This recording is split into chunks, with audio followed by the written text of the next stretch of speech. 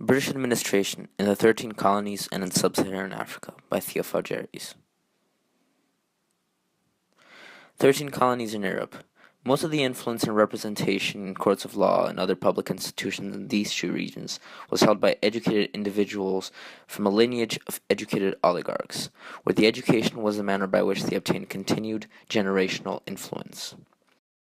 As Frederick Lugard stated, the methods of evolution which have produced the democracies of Europe and America were by representative institutions in which the comparatively small educated class shall be recognized as the natural spokesman for the many. Some examples of these institutions in England were the House of Commons and the House of Lords, in which both parties represented were forced to be well versed in some faculty, and thus proficient or educated. And in the 13 colonies, an example is in courts of law, where magistrates were the representatives of the people and preferably held formal degrees. In these contexts, there was a clear correlation between social standing or title and degree of education. One such man of standing was John Winthrop, colonial government of Massachusetts. Winthrop came from a wealthy family of educated men and women in England. In the Massachusetts colony, he was elected governor 12 times. In a journal about his day-to-day and professional life, he wrote that, at this period, magistrates and deputies sat together in the general court. The governor or deputy governor presiding. The division into two bodies had not yet taken place. This statement demonstrates how the only representative body in the states was entirely comprised by publicly elected officials, or educated officials with social standing. However, to take a more profound look at this document, we must look at its origin. The document is the journal of John Winthrop, a Puritan politician who came to the colonies seeking religious freedom. The journal, written in the period between 1630 and 1649, is a document highlighting both his political career and his day-to-day engagements, serving as a root document for a knowledge of American colonial life. This particular version of the document is a digitalized version of the text from the Southeastern Massachusetts University in 1895. The original author was well versed in law and held a formal degree, in accordance with his ancestors' career.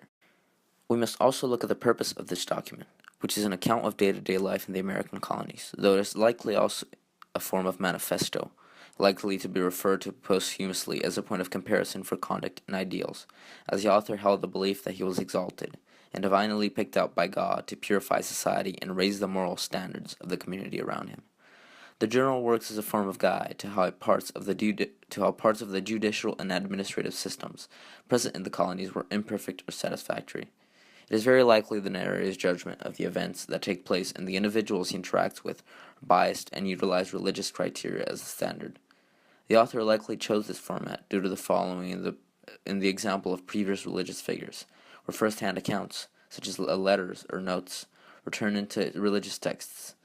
The use of a journal is also practical in how it allows one to write with relative ease about more or less anything. Other forms of media were also not available at the time. Next, what is the content of this document? The language used on the source, although objective and factual, also includes some religious rhetoric, with clear biases towards individuals the author knows personally, and a clear aversion to the state, which attempts to control the colonies, likely because of his initial opposition of the government, as it was the reason he lost his initial political post in England and felt religiously oppressed. The rhetorical devices are used likely for persuasion and to justify his cause. Although the event recollections may seem factual and impartial, it likely is an example of hateful expression toward religious dissenters and men of the colonizer state. Fourthly, what is the value of this document?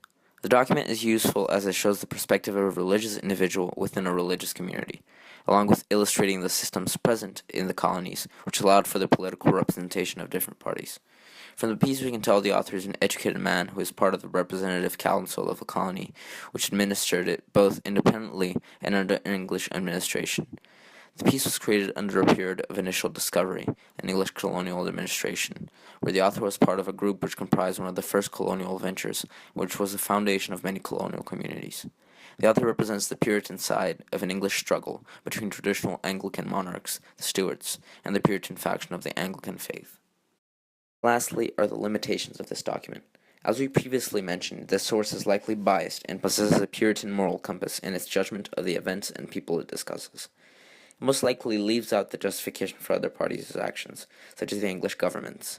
dismissing them as irrelevant compared to his own, and believing in the superiority of his justification above all others. This part of the story may also be missing due to the secrecy and lack of information exchange between the author and opposition groups, where he did not state their justification due to not knowing rather than not caring, although it is possible that both were true. The piece likely does accurately reflect anything concrete that took place, such as actions taken by officials and such, but subjects abstract thoughts to his own form of religious jurisdiction. Thus, although his reflection is biased, the subject of his reflection ought to remain unchanged. Another factor possibly affected the recollection of the events, or interpretation of them, is the connotation the author attributed to them. Moving on, we get to British tropical Africa, where the dominant group was different, and where we had the oligarchy of the noble.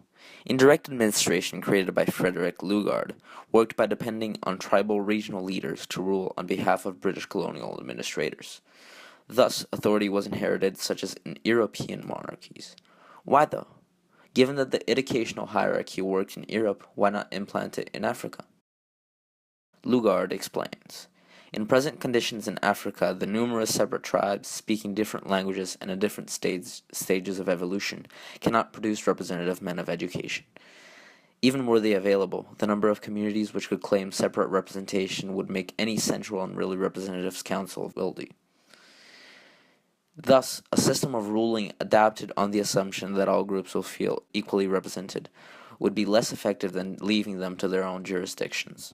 To assert control, the British established protectorates, or states under their protection, along with being inside their sphere of influence, where they appointed governors which oversaw the tribal chiefs and monarchs while imposing British rule.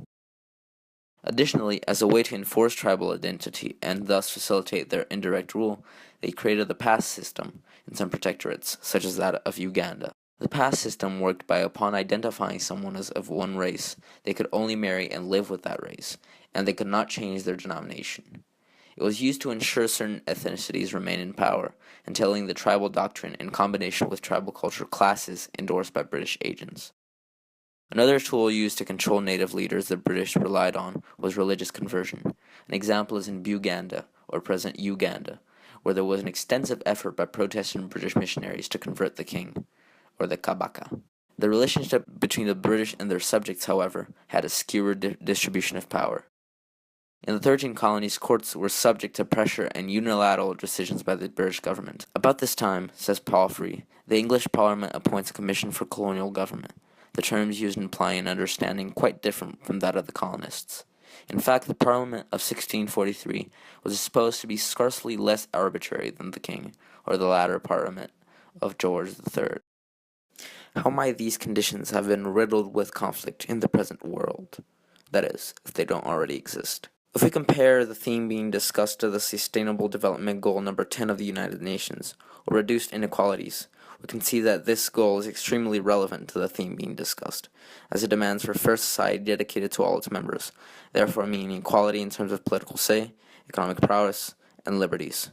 The systems of administration I have discussed are directly related to this subject, and how they explain lasting oligarchies of power present in certain regions of the world, such as the oligarchy of the educated in European states, and the 13 colonies, and the autocracy of native leaders imbued with British authority in the African states. Both of these systems imply a form of continuous renewal, where educated individuals have a greater potential to prolong their influence by educating their children than originally uneducated folks, and where monarchs or tribal chiefs have the potential to enthrone heirs upon their passing. Additionally, the British tropical Africa ethnicity was used to give continuity to monarchies, where individuals of a certain ethnicity were locked into a social class and cannot ascend or descend, having their rights stripped from them. To conclude, although the relationship between the British government and its subjects remained unquestioned, with British authority possessing colossal power, the manner by which those relationships were built differed so as to be most effective for the region in question. But why should you have watched this? This quote by Martin Luther King Jr. says it all. We are not makers of history, we are made by history. Thus, it is in our best interest to understand the systems that settled to create the ones we live in, as they may reveal not only the successes of those who came before, but also the dark legacy we may have inherited.